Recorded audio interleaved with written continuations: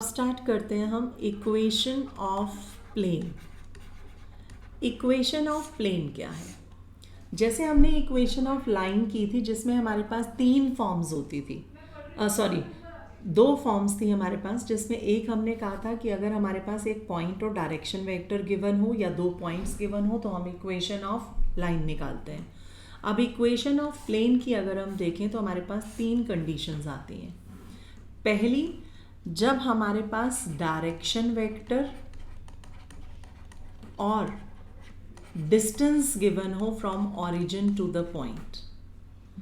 दूसरा, जब हमें पॉइंट और डायरेक्शन वेक्टर गिवन हो। और तीसरा, जब हमारे पास तीन पॉइंट्स गिवन हो। तो तीन कंडीशंस हमारे पास आएंगी। इन तीन कंडीशंस से हम इक्वेशन ऑफ प्लेन निकाल सकते हैं। और इक्वेशन ऑफ प्लेन हम फिर से वही कार्टेशियन और वेक्टर दोनों फॉर्म में करेंगे। तो सबसे पहली कंडीशन आती है आपके पास जब डायरेक्शन वेक्टर और डिस्टेंस गिवन हो, और डिस्टेंस क्या होगा? From origin to the vector. तो इसकी वेक्टर फॉर्म आती है हमारे पास r dot n cap is equal to D.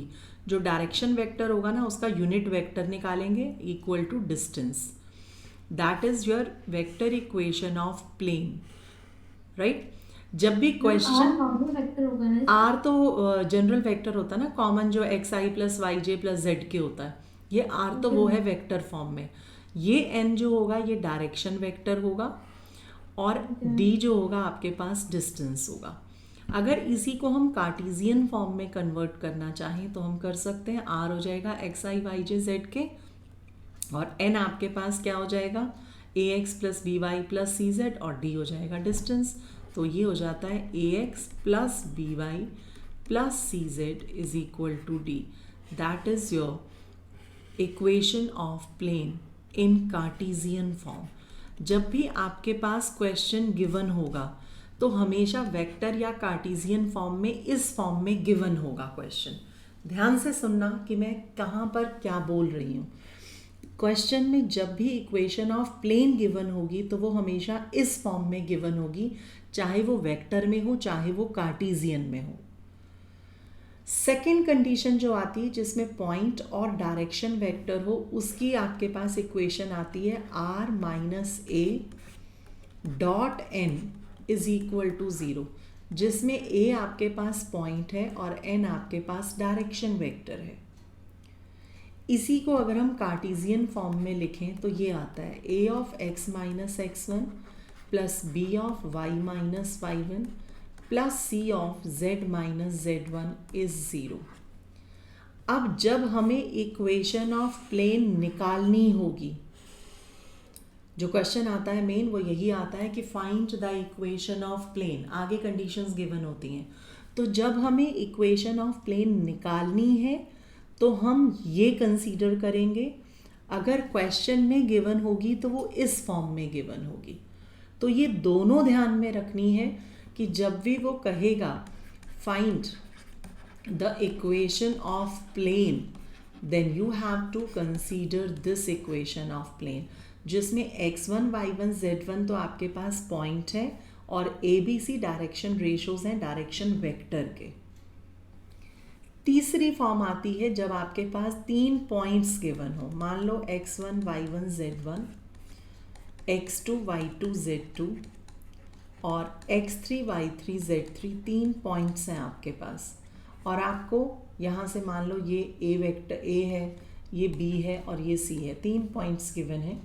तो इक्वेशन ऑफ प्लेन अगर हमें वेक्टर फॉर्म में लिखनी है तो r minus A dot B minus A cross C minus A होती है इक्वल टू ज़ीरो। मीन्स आप ध्यान से देखो तो हम क्या कर रहे हैं कि एक पॉइंट हर एक में से माइनस कर रहे हैं। जैसे फर्स्ट पॉइंट है, आर में से भी माइनस कर दिया, सेकेंड पॉइंट से भी माइनस कर दिया, थर्ड पॉइंट से भी माइनस कर दिया। ऑर्डर कैन बी चेंज, पहले डॉट प्रोडक्ट आएगी फिर क्रॉस प्रोडक्ट आएगी। अगर इसी को हमें कार्टेशियन फॉर्म में लिखना है तो ये होती है डॉट और क्रॉस जहाँ आता है ना वहाँ स्केलर ट्रिपल प्रोडक्ट। इस बार सिलेबस में नहीं है बट डिटर्मिनेंट से प्रूव होती है। वो कैसे? r मीन्स x y और z, b means second point x2, y2 और z2, C means third point x3, y3 और z3। इन सब में से क्या माइनस हो रहा है? A, first point. तो फर्स्ट पॉइंट हर एक में से माइनस कर दो, माइनस y1 और minus z1 is equal to 0। इस डिटर्मिनेंट को एक्सपैंड करेंगे, so we get the equation of plane in Cartesian form. तो जनरली हम किसी भी फॉर्म में लिख सकते हैं, लेकिन अगर लिखा है या कई बार कंडीशन ऐसी होती है कि हमें कार्टेशियन फॉर्म की ज़्यादा ज़रूरत पड़ती है, तो हम equation of plane Cartesian form में ज़्यादा ध्यान में रखते हैं, क्योंकि कभी भी वो क्वेश्चन देगा तो फर्स्ट फॉर्म में देगा। अगर निकालनी होगी इक्वेशन ऑफ प्लेन तो हम सेकेंड फॉर्म सपोज करेंगे, और थर्ड फॉर्म आपके पास आती है कई बार डिस्टेंस निकालना है पॉइंट से प्लेन का, जहाँ तीन पॉइंट्स गिवन होते हैं, then we have to use this equation of plane. तो ये तीन कंडीशंस आपके पास आती हैं इक्वेशन ऑफ प्लेन निकालने की, राइट। इसके बाद अब आपके पास जो आती हैं इसकी कंडीशंस, जो अब आपके पास आती हैं तीन के बाद, एक आती है इंटरसेप्ट फॉर्म। अब इंटरसेप्ट फॉर्म अगर आपको ध्यान हो तो हमने स्ट्रेट लाइंस में भी की थी इंटरसेप्ट फॉर्म, तो वो आपके पास थी 2D में, ये अब 3D में आ जाएगी। x upon A plus Y upon B plus Z upon C is equal to 1। उसमें सिर्फ x upon A plus Y upon B थी, जिसमें हम क्या कहते हैं कि अगर ये आपके पास x एक्सिस, y एक्सिस और z एक्सिस है, तो ये पॉइंट जो होगा ये P पॉइंट है। इसका मतलब ये हो जाएगा A0 0, ये हो जाएगा 0 B 0, और ये पॉइंट आपके पास हो जाएगा 0 0 C, कि x एक्सिस पर A इंटरसेप्ट कर रहा है, y एक्सिस पर B इंटरसेप्ट कर रहा है और z एक्सिस पर C इंटरसेप्ट कर रहा है। तो this is called intercept form of equation of plane. तो यहाँ से हम अगर ऐसे कर दें तो ये हमारे पास जो प्लेन बनेगा उसकी जो इक्वेशन निकलती है वो ऐसे निकलती है, ABC are the intercepts on x, y and z axis. Next आपके पास आता है plane passing through the intersection of two planes, intersection of two planes. अगर हमें इंटरसेक्टिंग प्लेन निकालना है कि आपके पास मान लो एक प्लेन आपके पास ये है, एक प्लेन मान लो आपके पास ये है, और उसके बीच में आपको एक इंटरसेक्टिंग प्लेन निकालना है, मीन्स ये जो इंटरसेक्ट कर रहा है दोनों पर। तो ये प्लेन अगर हमें निकालना है इंटरसेक्टिंग प्लेन, तो उसके लिए इसकी और इसकी दोनों की इक्वेशन हमारे पास गिवन होगी। मान लो इसकी इक्वेशन है a1x plus b1y plus c1z is equal to d1, और इसकी मान लो आपके पास है a2x प्लस, क्योंकि drz चेंज होंगे, plus c2z equal to d2। तो हम इसकी इंटरसेक्टिंग इक्वेशन निकालने के लिए हम क्या सपोज करते हैं, let's first equation plus lambda of second equation is equal to 0। तो जो यहाँ से इसके बाद आगे कंडीशन आएगी फिर हम उसको सॉल्व करते हैं। बट याद रखने के लिए ध्यान रखना, जब भी इंटरसेक्शन ऑफ टू प्लेन्स हमें निकालना है तो हम कार्टेशियन फॉर्म में उसे कन्वर्ट कर लो और फिर सिंपल सा लिखो first equation plus lambda of second equation is 0। Right hand side को 0 कर लेना, तो क्या आ जाएगा first equation plus lambda of second equation 0। उसके बाद आपके पास इस पर कोई पॉइंट गिवन होता है या जो भी गिवन होता है तो हम उसके अकॉर्डिंग कंडीशन लगाकर लैम्डा की वैल्यू निकालते हैं और फिर हमारे पास इंटरसेक्टिंग प्लेन आ जाता है, राइट। उसके बाद जो कंडीशन हमारे पास आती है वो आती है कोप्लेनैरिटी की, कोप्लेनैरिटी ऑफ टू लाइंस। अब इसमें दो लाइंस आ जाती हैं, तो इसमें तो कुछ भी नहीं याद रखना, सिर्फ इतना याद रखना शॉर्टेस्ट डिस्टेंस 0।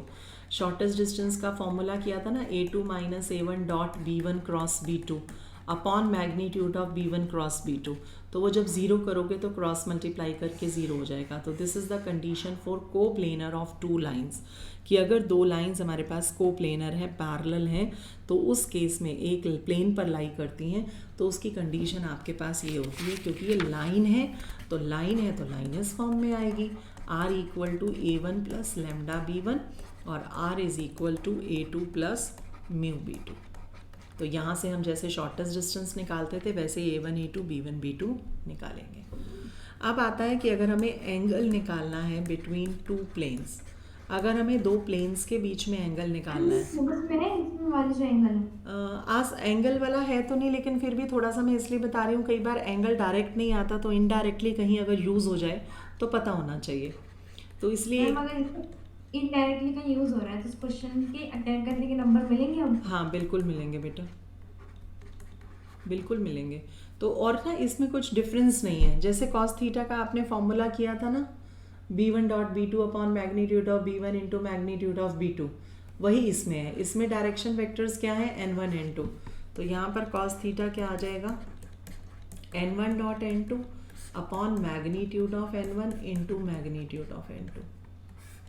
तो इसमें कोई फॉर्मूला में ज़्यादा डिफरेंस नहीं है, वही वेक्टर आना है, डायरेक्शन वेक्टर की डॉट प्रोडक्ट ही आनी है, तो चाहे वो लाइन हो, चाहे वो प्लेन हो, चाहे दो वेक्टर्स हो।